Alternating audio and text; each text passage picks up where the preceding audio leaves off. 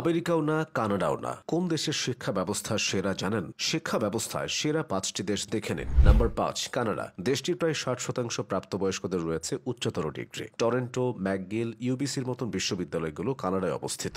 Number 4, Denmark. দেশটিতে 6 থেকে 16 বছর বয়সী সকলের বাধ্যতামূলক শিক্ষা ব্যবস্থা, তাও সম্পূর্ণ বিনামূল্যে। দেশটিতে সাক্ষরতার হার 99%। Number 3, Australia. কিউএস র্যাঙ্কিংয়ে 100টি বিশ্ববিদ্যালয়ের মধ্যে 9টি অস্ট্রেলিয়ান বিশ্ববিদ্যালয়। তাদের মোট জিডিপির 5.8% শুধু শিক্ষা খাতে বিনিয়োগ করে দেশটি। মেলবোর্ন, সিডনি ইউনিভার্সিটির মতন প্রতিষ্ঠানগুলো এখানে অবস্থিত। নাম্বার 2, যুক্তরাষ্ট্র।